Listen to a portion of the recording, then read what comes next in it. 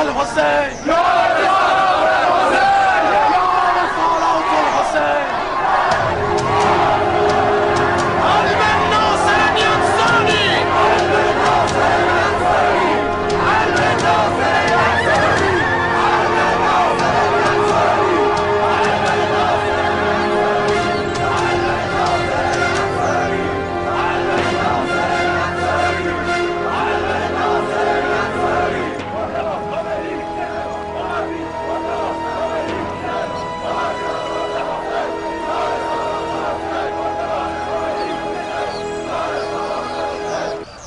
مر گئے ہیں یا بھاگ گئے ہیں؟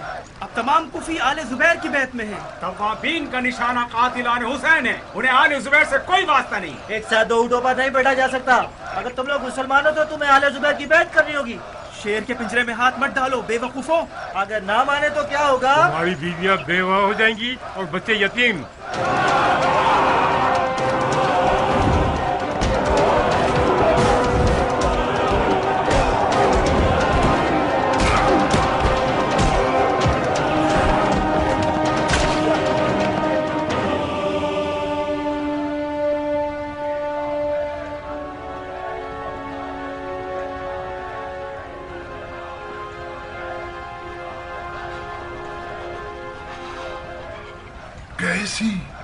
کیسی غلطی کر لی میں نے؟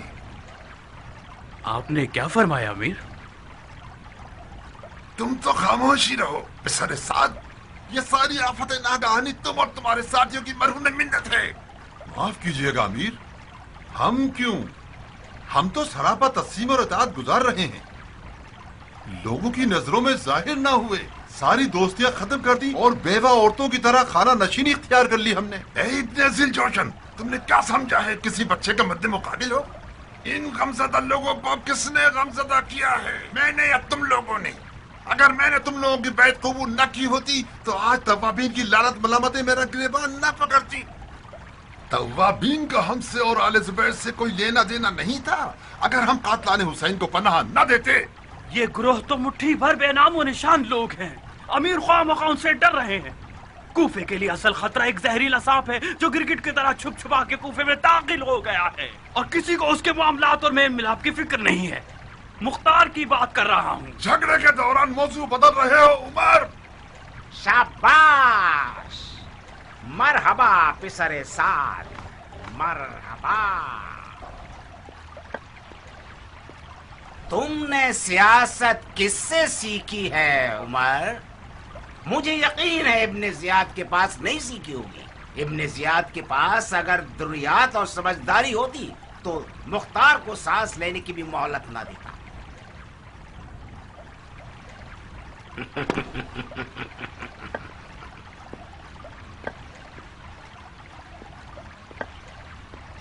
میں بن یزید ہوں، آپ لوگوں کا نیا حاکم، اور یہ ابراہیم ہے، نواسہ مرحوم طرات الخیر۔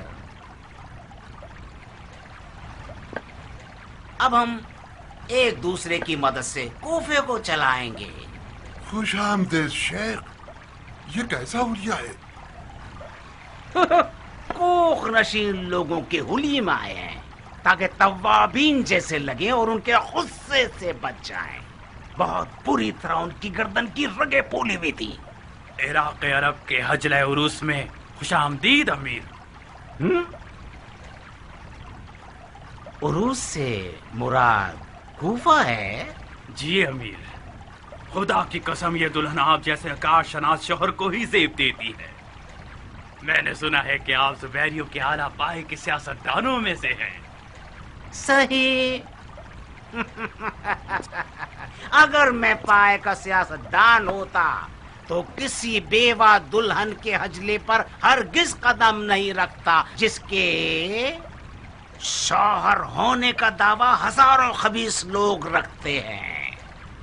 جناب عامر، یقیناً آپ اپنی غلطی کی طرف اب تک متوجہ ہو چکے ہوں گے۔ آپ نے کوفے میں غیر سنجیدہ فیصلے سے وہ آبرو آل زبیر گنوائی ہے جو 3 سال اور کچھ عرصے میں خون دل سے حاصل کی تھی، اور اگر مجھے یہ یقین نہ ہوتا کہ تمہاری یہ خطا تم نے جان بوجھ کر نہیں کی تھی تو میں ابھی حکم دیتا کہ تمہاری آبرو ریزی کر دی جائے. تم پسر سعد اور تم ذی الجوشن کے بیٹے اور تم لوگ جن کے ہاتھ فرزند رسول کے خون میں بھرے ہوئے ہیں، آل زبیر وہ پہلا گروہ تھا جس نے خون حسین کے دفاع میں بات نہیں کی، عمل کیا. یاد رکھو کہ آل زبیر اپنے عہد پر ثابت قدم ہے اور پختہ ارادہ رکھتے ہیں کہ قاتلان حسین کے ساتھ جنگ کریں. توابین بھی یہی چاہتے ہیں. ہاں تو پھر جائیے اور اپنے آپ کو ہمارے اور توابین کے خلاف لڑنے کے لیے آمادہ کیجیے. اگر جیت گئے یہ تاخ اور یہ بد چلن عورت کا حجل عروسی آپ کا ہوگا.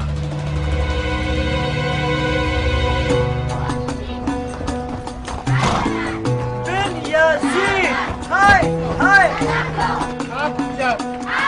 بن یزید ہائے ہائے، بن یزید ہائے ہائے، بن یزید ہائے ہائے، بن یزید ہائے ہائے، بن یزید ہائے ہائے، بن یزید ہائے ہائے.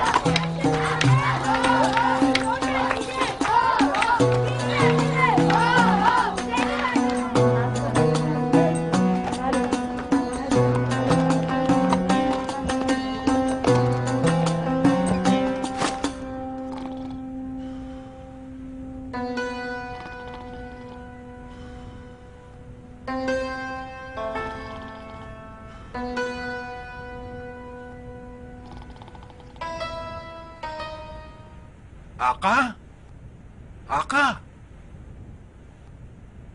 میرے آقا اٹھیے. کیوں تنگ کر رہے ہو آقا کے بچے؟ سونے دو مجھے. اٹھیے میرے آقا. آئے ہو تم پر کہ میرے پر توڑ دیے تم نے، آسمان سے زمین پر گرا دیا. پاگل کہیں کے. کیا میں نے نہیں کہا تھا کہ ہر گدھے کے کھٹکھٹانے پر کہہ دینا کہ میرا آقا گھر میں نہیں ہے؟ میرے آقا مختار آیا ہے. کیا؟ مختار آیا ہے.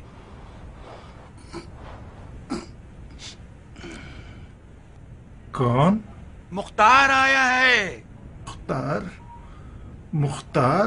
ہاں ہاں، یہ سب جلدی سے یہاں سے لے جاؤ، یہاں سے جلدی کرو، اٹھا لو یہاں سے، لے جاؤ فوراً، چھپا دو ان کو یہاں پر. ہائے ہائے ہائے، کوئی پیاز، کوئی لہسن، کوئی سرکہ، کوئی حلوہ، کوئی کچرا.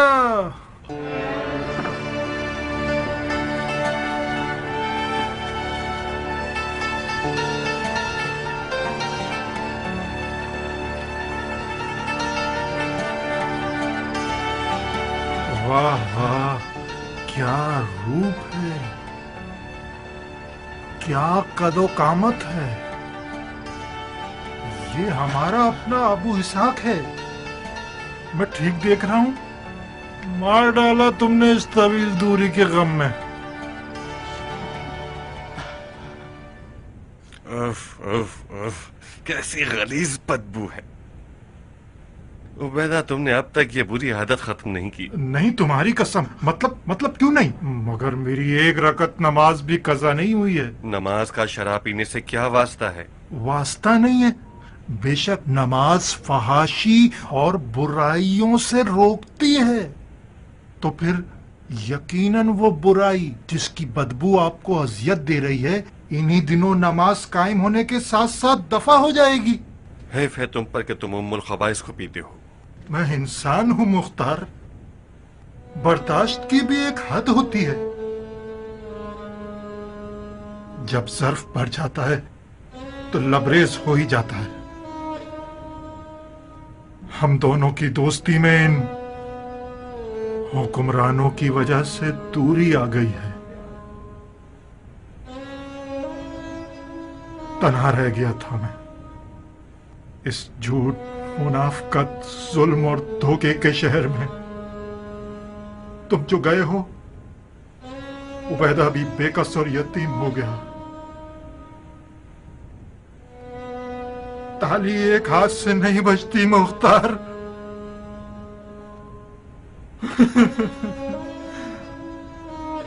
غم حسین نے وہ آگ میرے وجود میں پھیلا دی کہ میں جلتا رہا، جلتا رہا، جلتا رہا.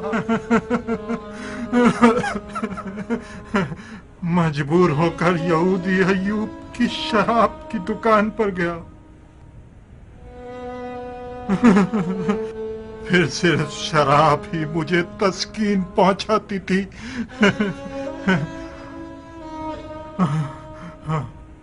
اب تم آ گئے ہو تو مجھے اس شراب کی ضرورت نہیں.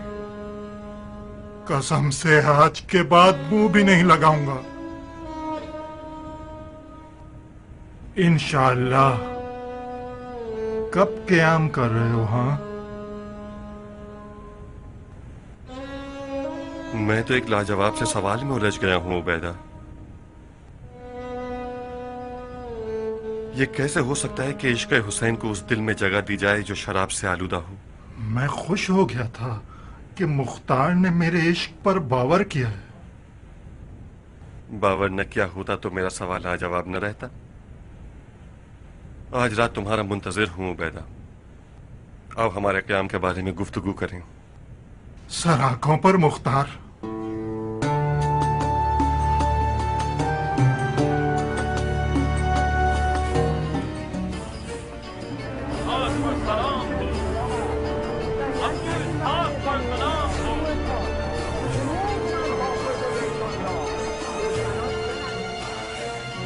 اے مختار، ہے تو دشمن اشرار، تو ہی امید انصار، تو ہی قاتل کفار، تو ہی کینہ بیدار، تو ہی بندہ ہوشیار. شکریہ شکریہ. مختار ذرا زور سے چنگار، سر خلق خطا خار، بس اخبار کہ ڈوبی ہے شب تار، ہوا موسم پیکار، وقنا ربنا عذاب النار. مرحبا، بہت خوب.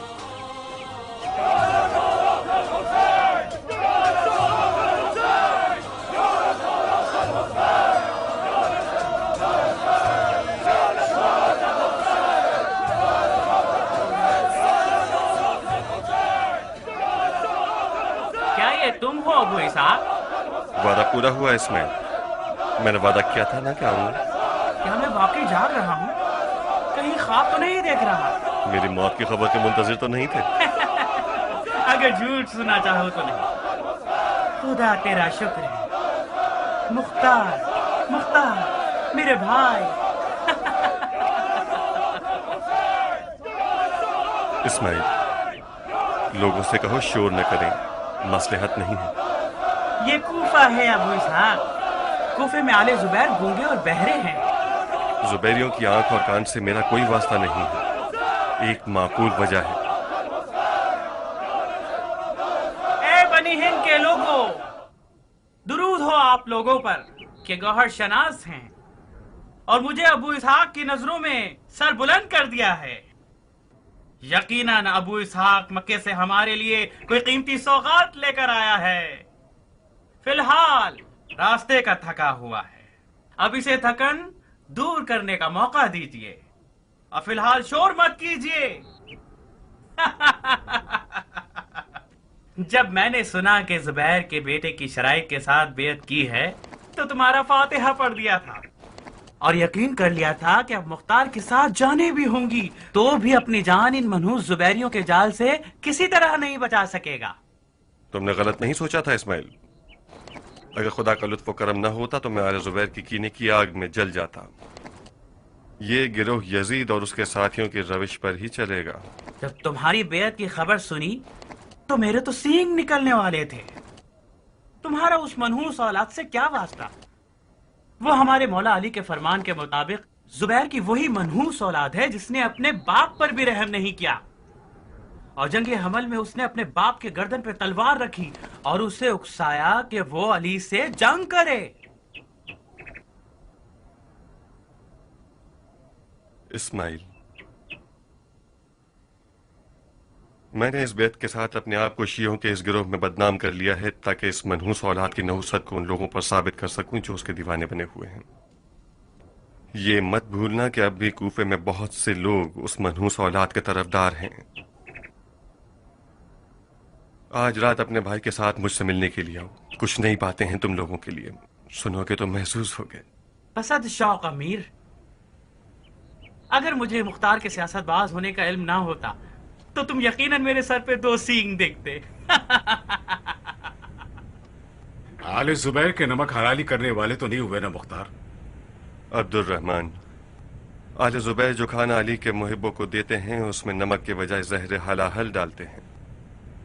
جو شیعہ زبیریوں کے سفرے پر بیٹھتا ہے وہ نمک حلالی کرنے والا نہیں بنتا، مر جاتا ہے۔ تو کتنی عجیب بات ہے کہ مختار زندہ ہے۔ میں زندہ رہ گیا کیونکہ زہر کی کاٹ اپنے پاس رکھتا تھا۔ میں نے سنا تھا کہ حکومت عراق کی شرط پہ تم نے بیعت کی ہے۔ ٹھیک سنا تم نے۔ تو تم حکومت کے لیے کوفے آئے ہو؟ نہیں، میں قیام کے لیے کوفہ آیا ہوں۔ یعنی تم زبیریوں کے مقرر کردہ امیر نہیں؟ میں علی والوں کا امیر ہوں عبد الرحمن۔ میں کچھ سمجھ نہیں پا رہا ہوں۔ تمہیں حق ہے۔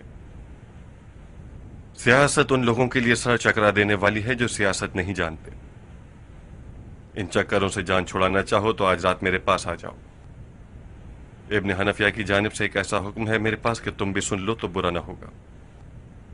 جناب عبد الرحمن ابن شریح۔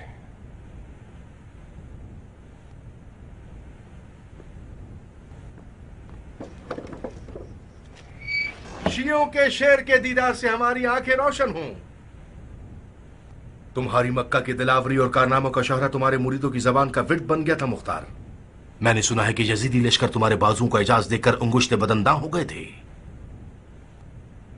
صاحب، معجزہ میرا نہیں تھا جس نے شامی دیو کو زمین بوس کر دیا، عشق علی نے میرے بازوؤں کو طاقت بخشی تھی۔ علی علی علی، خدا کی قسم اگر دریا مل جائے تو میں بھی تیراکی جانتا ہوں۔ میرا سینہ عشق علی سے مالا مال ہے۔ دریا تھا ایک کربلا جیسا صاحب، کیوں نہیں گئے؟ مجھے نہیں معلوم کہ ایسا کیوں ہوا، پتہ نہیں۔ مجھے ملامت مت کرنا کہ کسی کتے کی طرح پٹتا رہا ہوں۔ شیطان مجھ میں سما گیا تھا اور مجھے کربلا کے بھنور سے ڈرا رہا تھا۔ اگر قیام کا ارادہ ہے تو میرا ہاتھ حاضر ہے۔ ہماری وعدہ گاہ آج رات میرا گھر ہے صاحب۔ ایسا حکم ہے ابن حنفیہ کا جسے تمام بزرگان شیعہ کو سننا ہوگا۔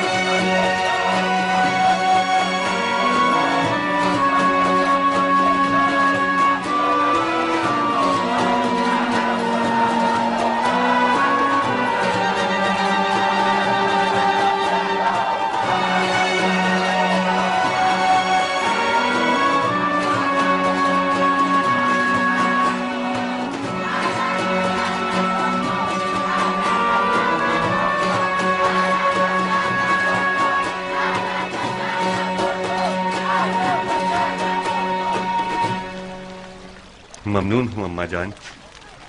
رنج سفر ایک طرف، اپنی اساس جڑ گھرانے اور قبیلے سے دوری ایک طرف، وہ بھی اس بڑھاپے میں۔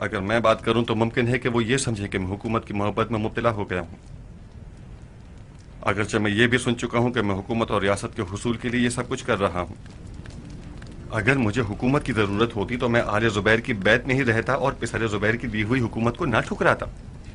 اس نے مجھے کوفے کی حکومت دے دی تھی، میں نے انکار کر دیا کیونکہ آل زبیر کو برحق نہیں جانتا تھا۔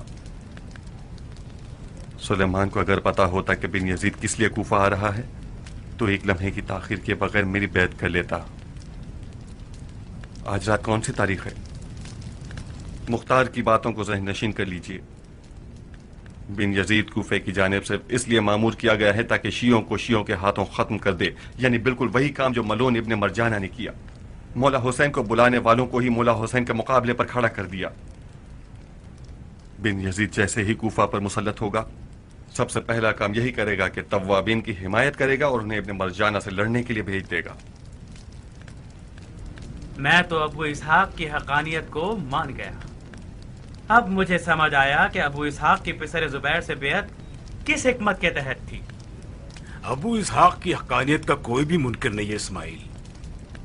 مجھے تو لگتا ہے کہ جناب سلیمان بھی بالآخر مختار کو اپنا سربراہ مان لیں گے۔ ہاتھ بڑھاؤ مختار، ہمیں بیعت کرنی ہے۔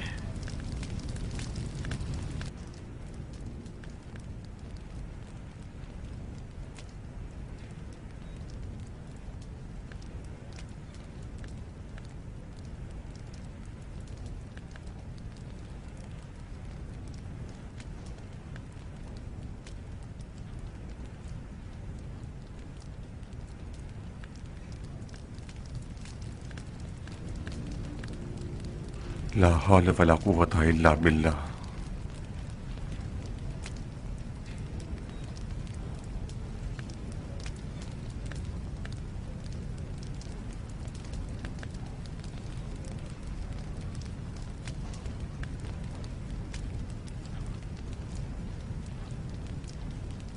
خدایا میرے ہوشیار بیٹے کو توفیق دے کہ وہ فرزند رسول کے خون کا انتقام لے سکے۔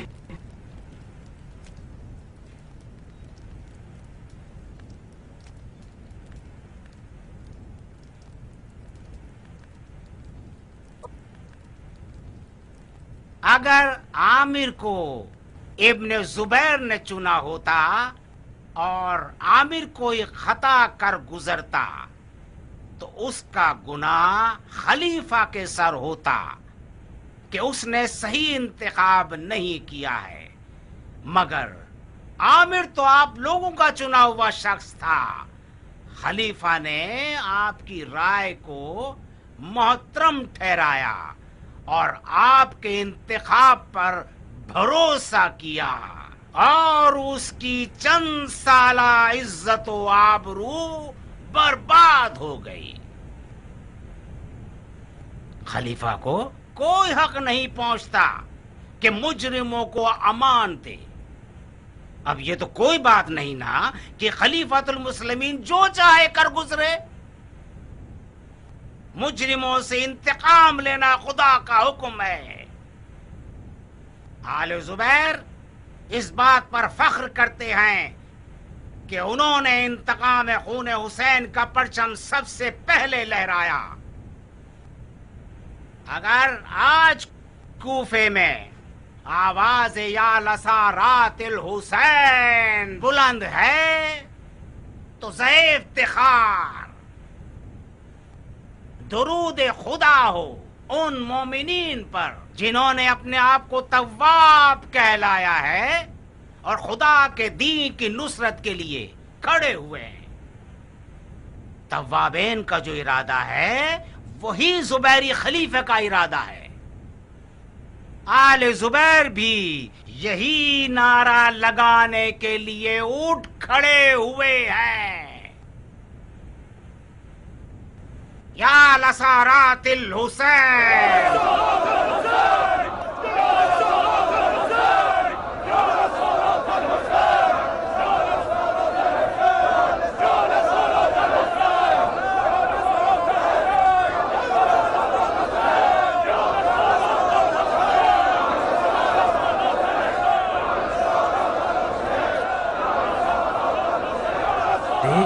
ہو عبد الرحمن؟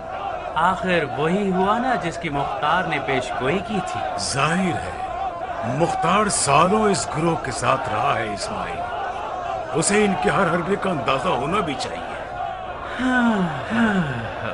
تم اب تک مختار کے بارے میں تردد رکھتے ہو عبد الرحمن؟ مجھے ڈر ہے کہ اس گروہ کی سیاست بازیاں مختار میں بھی سرائیت کر گئی ہیں اسماعیل۔ اپنے دل کو صاف کرو آدمی۔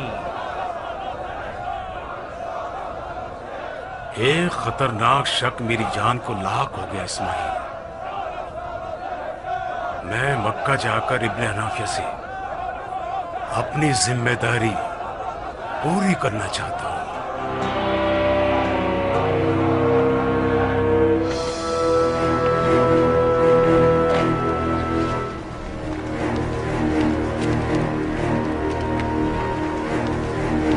درود ہو ہمارے طواف پیر و مرشد پر، شاباش ہے اس حسن انتخاب پر۔ بے شک توابین کا عنوان بہت بامعنی ہے۔ زی نصیب آپ لوگوں کے کہ اپنے نفس امارہ کو ذلیل کر چکے ہیں۔ آپ جیسے مومنین امت کے فخر کا باعث ہیں۔ خدا آپ لوگوں کے درجات مزید بلند فرمائے۔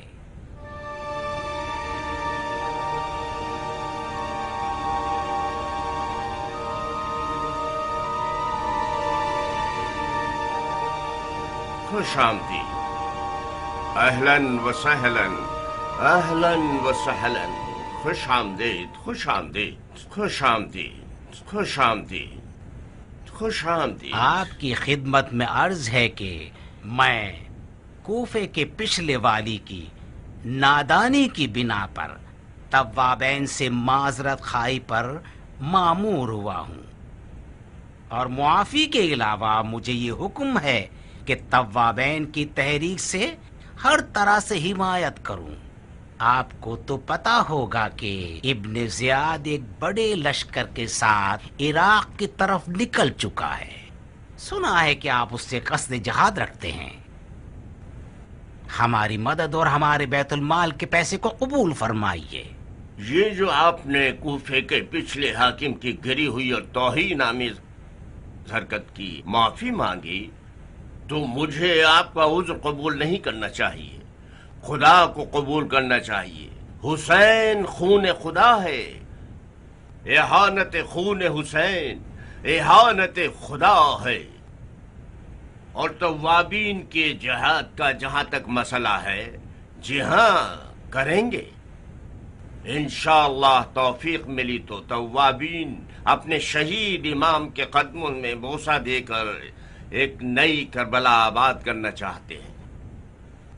اور آپ لوگوں کی مدد کی جہاں تک بات ہے، اس پر غور کیا جا سکتا ہے۔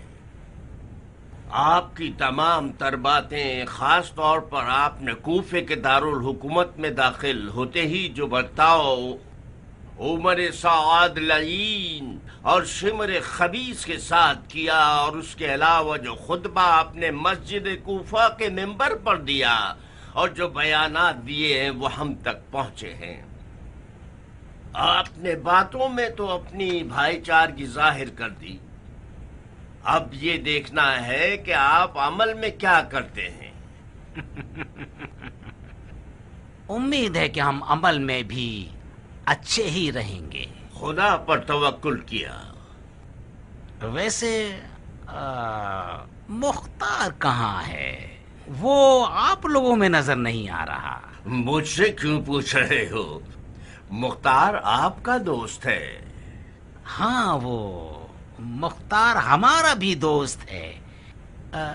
جب ہم مکے میں تھے تو جیسے ہی اسے پتا چلا کہ آپ کا قیام کا ارادہ ہے، فوراً وہاں سے نکلا کوفے کی طرف تاکہ آپ کی رکاب میں شامل ہو سکے۔ اللہ بہتر جانتا ہے، کچھ اڑتی اڑتی خبریں ملی ہیں اس کی مجھے، مگر اب تک اسے دیکھا نہیں۔